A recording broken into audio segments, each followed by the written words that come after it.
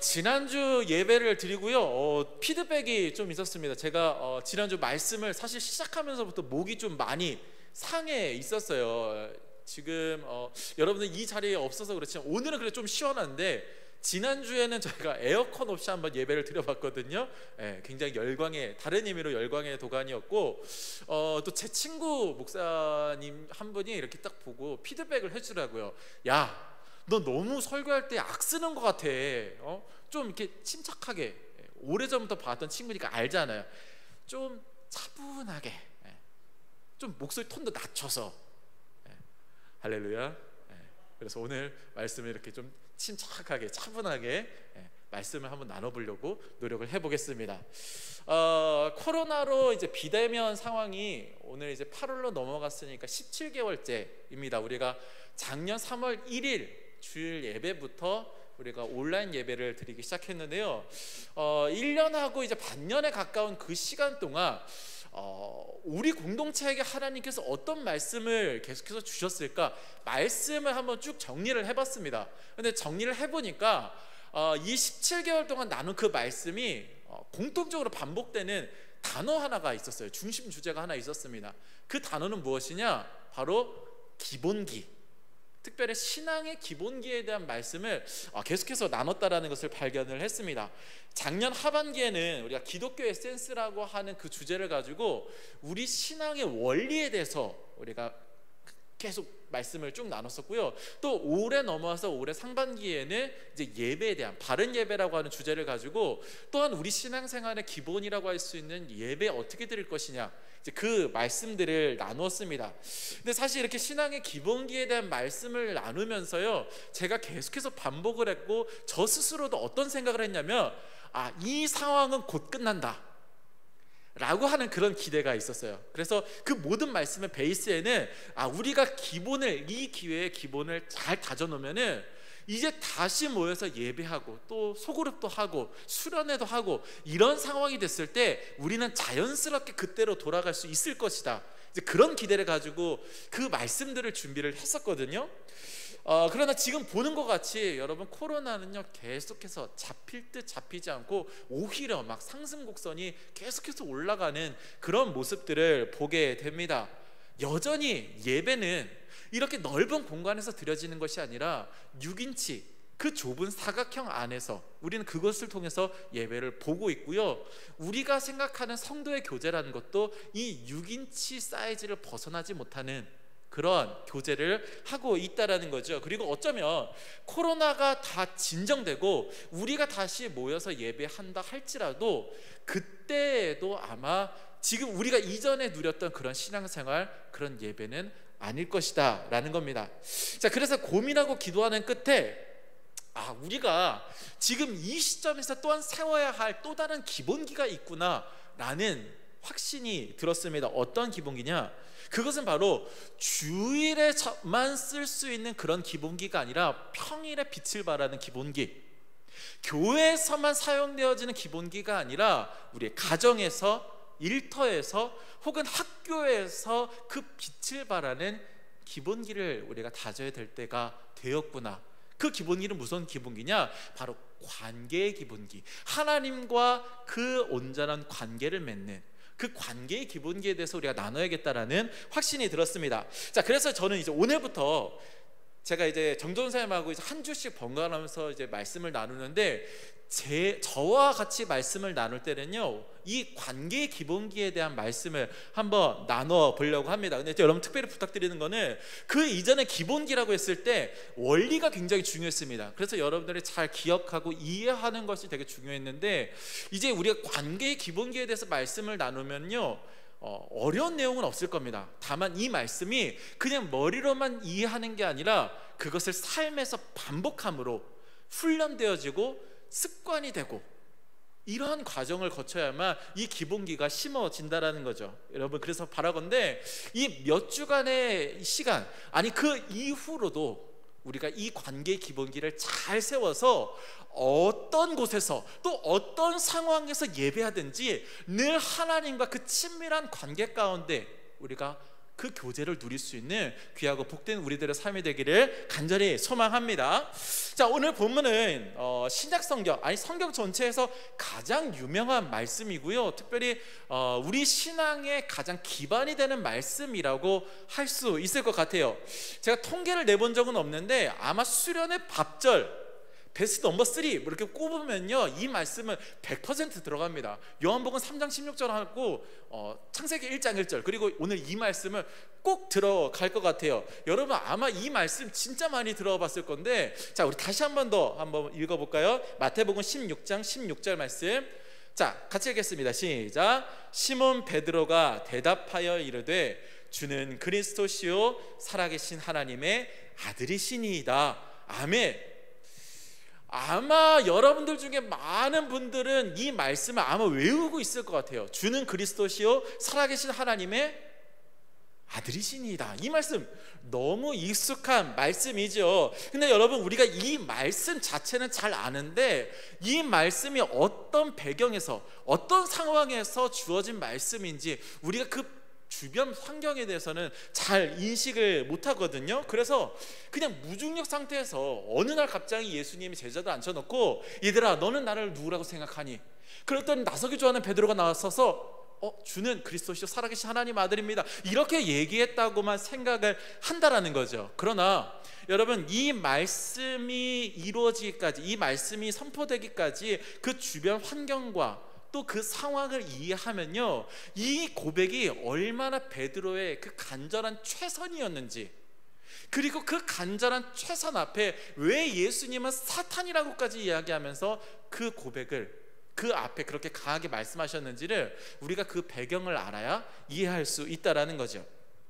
자, 오늘 본문에 있기 전에 예수님과 제자들은요, 갈릴리 호수 서쪽에 마가단이라고 하는 곳에서 사역했다라고 성경은 기록되어 있습니다. 마가단, 막달라라고도 하는 곳이지요. 자, 그런데 이 마가단이라고 하는 곳에서 사역하기 이전에는 어디서 사역을 했느냐? 그 북쪽에 있는 두로와 시돈이라고 하는 이방인들이 사는 지역에 예수님과 제자들이 활동을 하셨습니다. 근데 이곳에서 얼마나 놀라운 일들이 일어났는지, 막 병자들의 병이 낫고 귀신이 떠나가고 막 이런 역사들이 나타나고, 하이라이트는 뭐냐? 남자만 4,000명이나 되는 수많은 사람들이 있었는데 그 모임 가운데 예수님이 떡 7개와 물고기 2마리로 그 많은 사람들을 다 먹이고도 7 광주리를 남기는, 소위 이제 칠병이어라고 하는 그 놀라운 기적을 행하십니다. 자, 칠병이어 사건, 좀 뭔가 이상하게 들리시죠? 오병이어 사건과 다른 사건입니다. 오병이어 사건은 유대인들에게 베푸셨던 12바구니가 남았던 사건이고, 외국인들에게 베푸셨던 칠병이어 사건, 그리고 7 광주리가 남았어요. 자, 어쨌든 자, 이렇게 놀라운 사역의 성공을 맛보고 이제 예수님과 제자들이 이제 그 아래에 있었던 마가단 지역으로 내려옵니다. 소위 말해서 원정 경기를 가가지고, 지금 우리나라가 지금 도쿄에 가가지고 막 이제 올림픽 하고 있잖아요. 어제 여러분 보셨죠? 축구 보신 분들, 야구 보신 분들 정말 안타깝게 됐습니다. 저는 배구 봤거든요. 원정을 가서요, 정말 놀라운 승리를 거둔 다음에 홈그라운드로 들어온 거예요. 더군다나 이제 갈릴리 주변이라고 하면은 예수님과 그 제자들의 홈그라운드, 정말 고향이잖아요. 근데 그곳에 왔는데 이곳에서 예수님과 그 제자들이 아무것도 할 수가 없었습니다. 내려오자마자 그곳에 있었던 바리새인들과 서기관들이 막 예수님을 대적하고 막 밀어내는데, 기적은커녕 예수님께서 말씀도 제대로 전하지 못하는 이러한 일을 겪게 되었다라는 거죠. 무엇보다 사실 예수님을 반대하는 사람들은요 계속 있었거든요. 3년 공생의 기간에 계속 반대하는 사람들은 있었지만, 그 가운데서도 사실 결심하고 예수님의 제자가 되기로 한, 그러니까 그 사역의 열매들이라는 게 어쨌든 있었거든요. 근데 이 마가단 지역, 이곳에서는요 열매가 없어요. 왜냐하면 복음을 증거할 기회조차 없었으니까. 그래서 이곳에서는요 아무것도 할 수 없이 갈릴리 호수를 건너 동쪽으로 옮겨가게 되는, 이게 바로 오늘 본문의 배경 상황이다라는 거죠. 여러분, 큰 성공 뒤에 만난 실패는요 더더욱 뼈 아플 수밖에 없습니다. 더군다나 막 그의 인생이 피곤해도 성공할 때는, 막 잘 될 때는 몰랐다가 딱 문제를 만나는 순간에 그 엄청난 피로를 만나게 되는 거죠. 여러분, 제자들의 마음이 얼마나 참 마음이 답답하고 힘들었을까요? 아니, 내가 이방인 지역 가가지고 우리가 이렇게 놀라운 성과를 거뒀는데 정작 우리 고향이라고 할 수 있는 이곳에서는 아무것도 할 수 없었네? 그래서 막 쫓겨가는 그 심정이요, 정말 말이 아니었을 거라는 거죠. 그렇게 낙심하고 지쳐 있었던 그 제자들에게 예수님이 물어보시는 겁니다. 얘들아, 사람들이 나를 뭐라고 부르든. 여기서 이 사람들은요 바로 얼마 전에 그 예수님을 쫓아냈던 그 고향 사람들을 포함하고 있는 겁니다. 그런 다음에 이제 물어보시는 거죠. 그래? 그렇다면 너희는 나를 누구라고 생각하니? 여러분, 이 말씀 배경을 보면요 참 사람은 다 비슷하다, 그런 생각 혹시 안 드십니까? 여러분, 우리가 인생에 잘 풀릴 때는요 뭐 문제가 아니고 뭐 피곤한 것도 있고 막 달려가게 됩니다. 잘 될 때는요, 제가 아는 어떤 분이요 하루에 좌판 이 붕어빵을 파는데 하루에 막 50만 원, 60만 원을 벌었대요. 대단하지 않아요? 막 그러니까 피곤해도 막 모르는 거야. 막 신나게 막 일하든. 사람들은요 잘 풀릴 때는 피로 모릅니다. 문제가 문제라고 인식하지 않아요. 그러나 그 인생의 문제라는 것을 딱 만나고 그 걸음이 멈추게 되는 순간에 이제는 생각하지 않았던 그 작은 문제까지 크게 찾아오고요, 지금까지 쌓여있던 그 피로감이 그를 지치게 만드는, 이게 바로 사람의 현실이다라는 거지요. 마치 달리던 그 차가 그 브레이크를 딱 밟게 됐을 때 그 관성의 그 힘을 받는 것 같이 모든 사람은요 잘 풀릴 때 가지고 있던 그 가속도 멈추게 될 때, 막히게 될 때 오히려 그것에 힘들게 되는 이런 상황이 된다라는 겁니다. 제 신학교 동기 중에 지금 사역을 안 하는 친구가 있어요. 굉장히 친한 친구인데 근데 사실 이 친구가요 저랑 비교를 했을 때 훨씬, 사실 이 친구가 먼저 목사님이 됐어야 돼요. 그만큼 조건도 되게 좋은 친구고 성품도 좋고 재능도 되게 많은 친구였거든요. 이 친구는요 일단 목사님 아들입니다. 그래, 그 목사님이 그래도 그 지역에서 꽤 영향력 있는 교회의 목사님이에요. 그 목사님의 아들이다 보니까 사실은 이제 목회길에 오면 훨씬 더 도움을 많이 받을 수 있고 좀 유리한 면이 있겠죠. 또 거기다가 이 친구가요 공부도 잘해. 늘 장학금. 저는 이제 학교 입학하면 장학금 면제를 받았었거든요. 여러분들 중에도 몇 명 있을 줄로 믿습니다. 장학금 항상 받는, 공부도 잘하고요, 음악적 재능도 얼마나 뛰어난지. 원래 이 친구가 작곡과를 가려고 했던 친구거든요. 근데 작곡과를 가려다가 이 목사님의 아버지가 야 무슨 소리야, 첫째 아들은 신학교 가야지. 그래서 신학교를 온 친구예요. 그러니까 뭐 피아노도 엄청 잘하고요, 노래도 진짜 잘 불러요. 그 남자친구들은 알 것 같은데 김범수의 가슴에 지는 태양이라고 아세요? 나의 눈이 멀 것 같아 뭐 해가지고 되게 높은 노래 있어요. 그걸 진성으로 부를 정도. 그러니까 뭐 하나 빠지는 게 없어요. 뭐 주변 배경이라든지 능력이라든지 뭐 하나 빠지는 게 없는 아주 모든 걸 갖춘. 그러다 보니까요 이 친구는 신학교 들어오자마자부터 막 사역을 시작을 하는데 소위 말하는 정말 유명한 크고 좋은 그런 교회들 막 계속해서 사역을 했습니다. 그런데 이렇게 탄탄대로를 달리던 이 친구가요 어느 날 한 문제를 딱 만나게 됩니다. 그리고 그 문제를 딱 만나게 되니까요 앞으로 더 나갈 수가 없는 거예요. 정말 그러한 문제를 딱 만나게 되니까 지금까지 쌓아왔던 그 모든 것이 의미가 없고 그가 어떤 배경을 가지고 어떤 능력을 가지고 다 필요가 없더라고요. 그냥 잠잠고 이 문제가 해결될 때까지 이제 멈춰야만 하는 그런 상황을 만나게 된 거죠. 이제 이렇게 되니까요 이 친구가 그 멈추게 된 순간 이제 고민을 하기 시작합니다. 내가 지금까지 달려올 때는 생각하지 않았는데, 일이 슬슬 잘 풀릴 때는 생각하지 않았는데, 이제 일이 어그러지고 보니까 더 나아갈 수 없는 상황을 만나니까 이제 고민을 하게 되는 거죠. 예수가 도대체 나한테 누구지? 내가 왜 예배를 드리고 내가 왜 사역을 했지? 그러다가 내가 정말 평생 예수를 위해서 살 수 있을까? 결국 그 질문에 답을 하지 못하고 그 친구 말로는 사역의 자리를 떠났고, 우리가 이해하기로는 아직 그 질문에 답을 찾지 못해서 돌아오지 못하는 그런 상황을 만나게 되더라는 거죠. 여러분, 이렇게 문제를 만났고 지쳤고 또 더 이상 나아갈 수 없을 것 같은 그 상황, 이 상황이 바로 오늘 예수님의 질문을 받은 제자들의 상황이었습니다. 너무나 지금까지 거침없이 잘 풀리던 일이 왜 여기서 막혔을까? 막 그 고민하던 찰나에 예수님이 물어보신 거죠. 얘들아, 너희는 나를 누구로 아느냐? 모든 제자들이 침묵에 빠졌습니다. 나 그건 생각 안 해봤는데? 왜냐하면 지금까지 일이 너무 잘 풀렸으니까 예수님에 대해서 생각해 본 적이 없는데? 자, 모두 각자 생각을 하는 거죠. 그 생각하는 사람들 가운데 한 사람이 바로 베드로였고요. 베드로가 지금까지 들었던 그 예수님의 말씀과 그분의 행적, 무엇보다 그분과 함께 지내온 그 시간들을 곰곰이 생각해 보니까요, 예수님에 대한 정의가 딱 떠오르는 겁니다.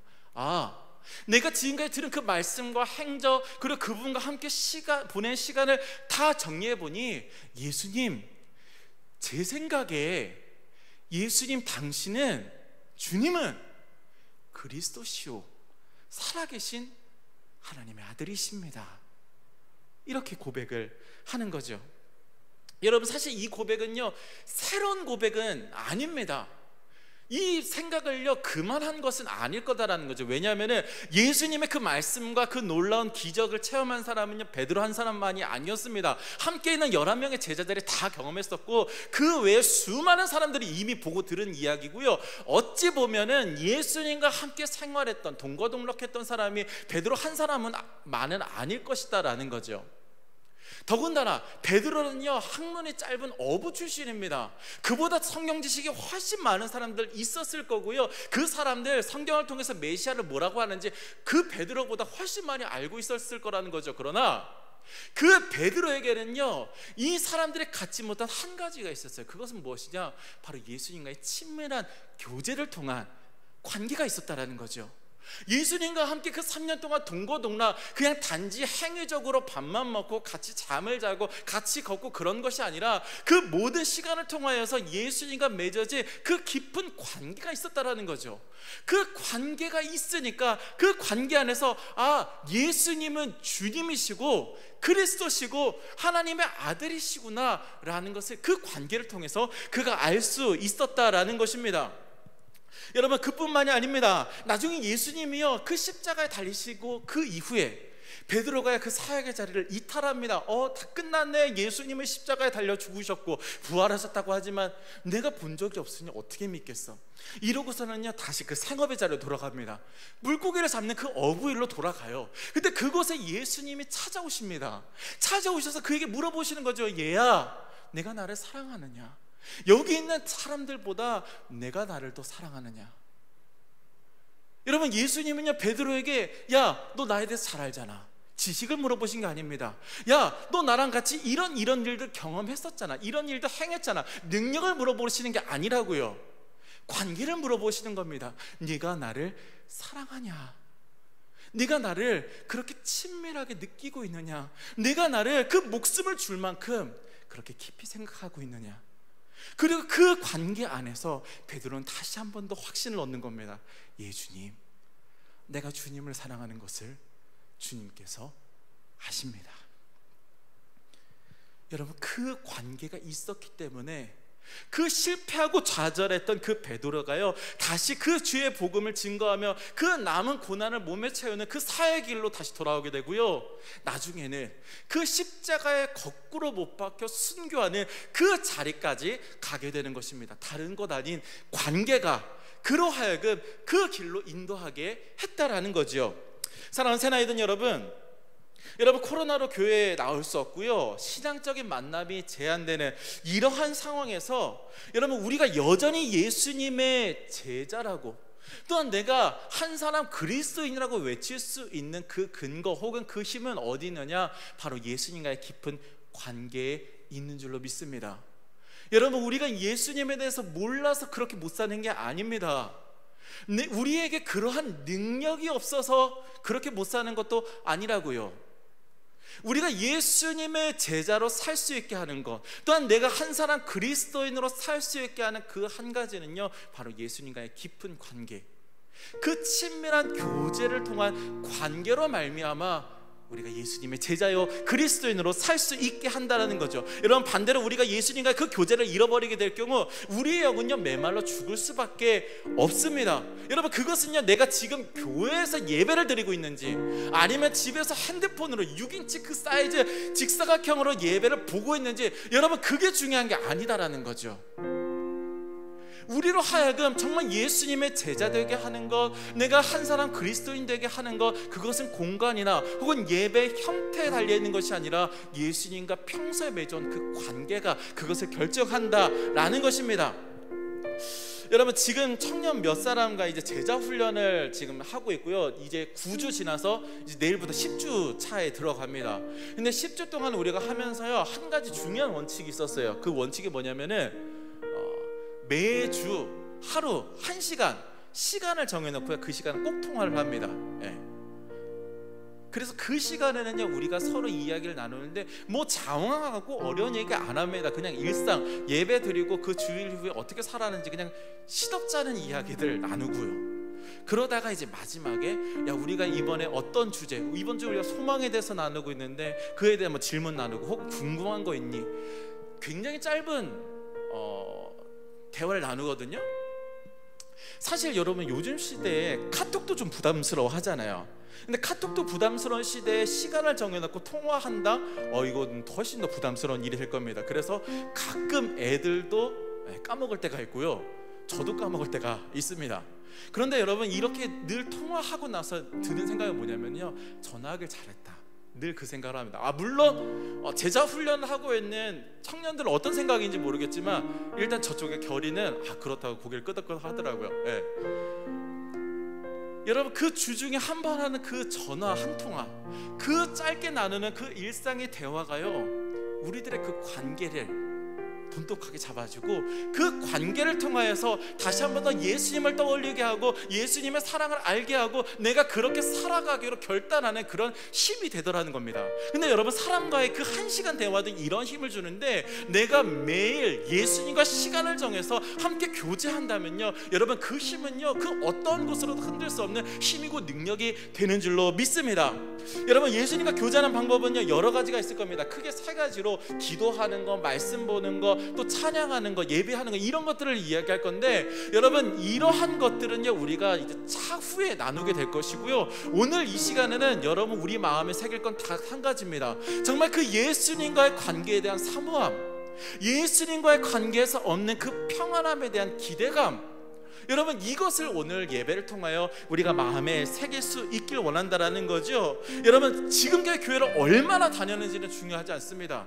내가 교회에서 어떤 역할을 맡아왔고 내가 어떠한 것들을 해왔는지 그런 거 전혀 중요하지 않아요. 중요한 것은 내가 지금 예수님과 얼마나 교제하며 예수님과 어떠한 관계를 맺고 있는가. 바라건대 여러분 그 관계에 대한 사모함이 여러분 가운데 생기기를 간절히 원합니다. 세상 그 어떤 것과도 흔들 수 없는 그 예수님을 향한 그 간절한 마음, 그 사모함, 그 기대함, 그리고 그곳으로 맺어질 그 깊은 관계가 정말 상황과 환경이 정말 너무나 우리를 힘들게 하는 이 시대 가운데서도 흔들리지 않는 기준이 되고 정말 온전히 하나님을 예배할 수 있게 하는 여러분의 삶의 기준이 될 수 있기를 주님의 이름으로 간절히 축원합니다. 네, 여러분 이 시간 우리 함께 찬양하고 우리 말씀을 마음에 새기면서 기도할 건데 제가 늘 찬양, 이 말씀의 찬양은요 좀 무겁고 좀 깊이 기도할 수 있는 그런 찬양들을 나눴었거든요. 근데 오늘은 그런 찬양이 아닙니다.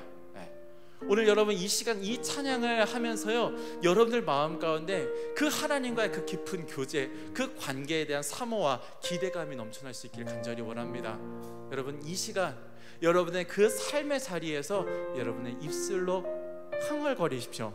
흥얼거리면서 같이 이 찬양을 나눴으면 좋겠습니다. 여러분 가능하다면요 소리를 크게 틀어놓고요 여러분 할 수 있는 그 모든 힘을 다하여서 여러분의 입술과 여러분의 온몸을 통하여서 찬양할 수 있길 원합니다. 그리고 그 찬양을 통하여서 여러분 안에 정말 그 예수님에 대한 그 사랑과 기대와 그 관계에 대한 갈급함이 넘쳐날 수 있기를 주님의 이름으로 간절히 축원합니다.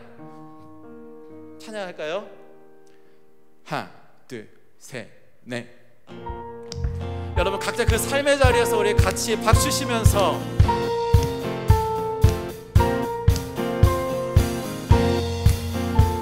예, 주님, 이것이 우리들의 삶의 고백이 되길 간절히 원합니다. 주님의 마음이 있는 곳, 주님의 시선이 있는 곳, 내가 있기 원하네. 광야에 꽃을 피우시고 사막에 강물을 내시는 주의 놀라운 손길. 아멘. 푸른 마르고 꽃은 시드나 주의 말씀은 영원하네. 전능하신 주, 거룩하신 왕,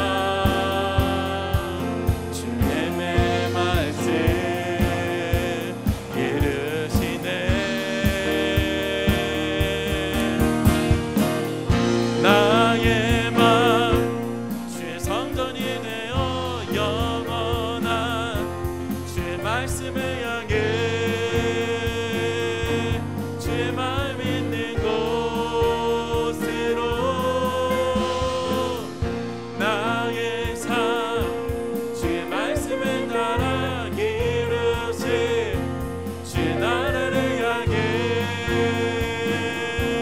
주의 시선 있는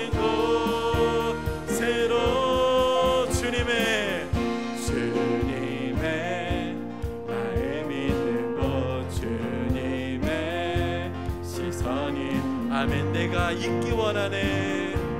내가 있기 원한 아멘. 광야에 꽃을 피우시고 광야에 꽃을 피우시고 사막에 강물을 내시네. 주의 놀라운 손길. 아멘. 푸른 마르고 꽃은 시드나 주의 말씀은 영원하네.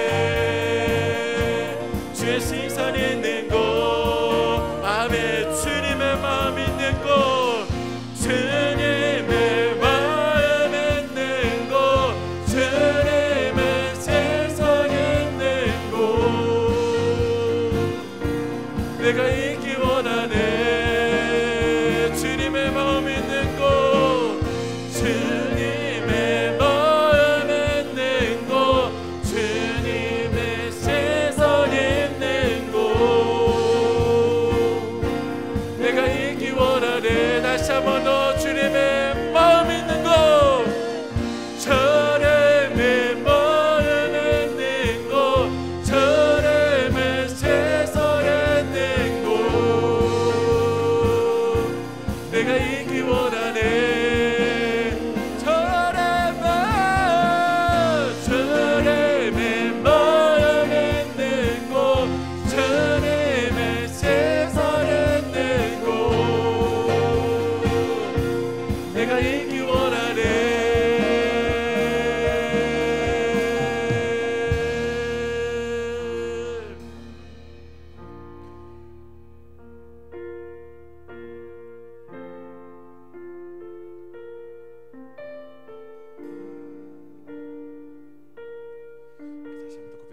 나의 마음 주의 성전이 되어, 나의 마음 주의 성전이 되어 영원한 주의 말씀을 향해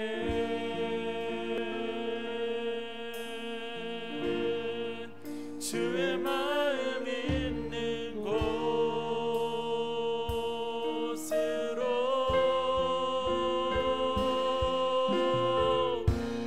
나의 삶 주의 말씀을 따라 이루신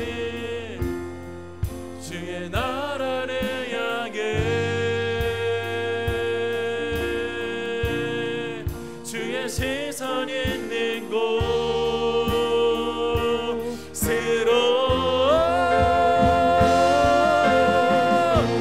나의 마음 주의 성전이 되어 영원한 주의 말씀을 향해 주의 마음 있는 곳으로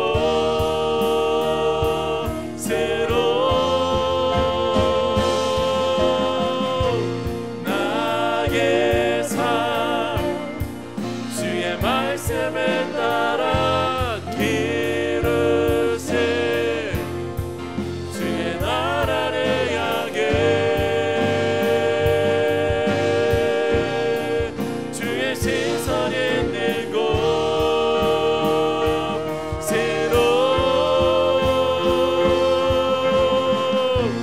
나의 마음 주의 성전이 되어 영원한 주의 말씀을 가게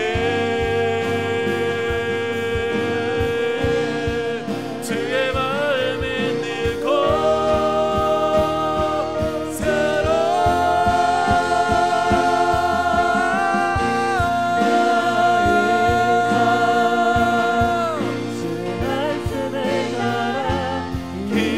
이루신 주의 나라를 향해 주의 시선이